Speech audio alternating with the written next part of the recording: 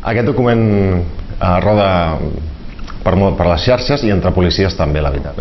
No deixa de ser una guia turística d'on està la delinqüència, d'on es troben i de quin tipus de delinqüència es pot trobar a Barcelona. El perfil de la víctima preferida és turista, perquè sempre van més despistats, perquè sempre és un medi que no és el seu, no acaben de conèixer bé a la gent, però poden robar tranquil·lament a tothom. Vesteixen bé, no tenen per què vestir malament, semblen turistes, van amb un plano, llavors el que fan són molt hàbils. Si poden robar-te directament perquè el turista està despistat, la motxilla porta darrere, amb un pèl oberta, i t'ho robaran.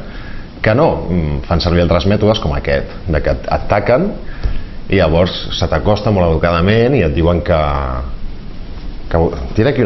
vostè té aquí una taca i tal, i fan com que t'ajuden, tu et despistes, estàs mirant, i l'altre és quan t'està obrint la motxilla, t'està robant, t'està fent el que sigui.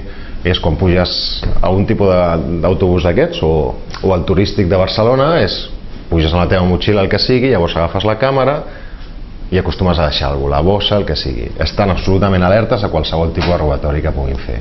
De que agafen la bossa, se l'emporten, que l'obren i agafen el que sigui. Són molt hàbils, sobretot és que són molt hàbils. Ells van amb banyador, com si estiguessin a la platja igual, van controlant, i quan veuen alguna motxilla, alguna cartera o alguna cosa, dissimuladament l'agafen, potser li donen amb un altre i continua caminant. Llavors, si algú ha vist que aquest senyor ha agafat allò, quan van a parlar amb ell, jo no tengo nada, no? Sí, però la veritat és que els 2-3 últims anys es pot dir que a Barcelona el turista patia bastant de robatoris. I tornen a lo mateix, és gent que és molt hàbil, és gent que podrien treballar en un circ fent aparèixer i desaparèixer coses perquè tenen una habilitat increïble, i el millor consell que els pot donar és que mai confiïn en gent que els diu coses rares, com que has punxat la roda, com que t'has tacat una camisa, com que, escolti, té el pantaló trencat, o miri, el bolso se li està...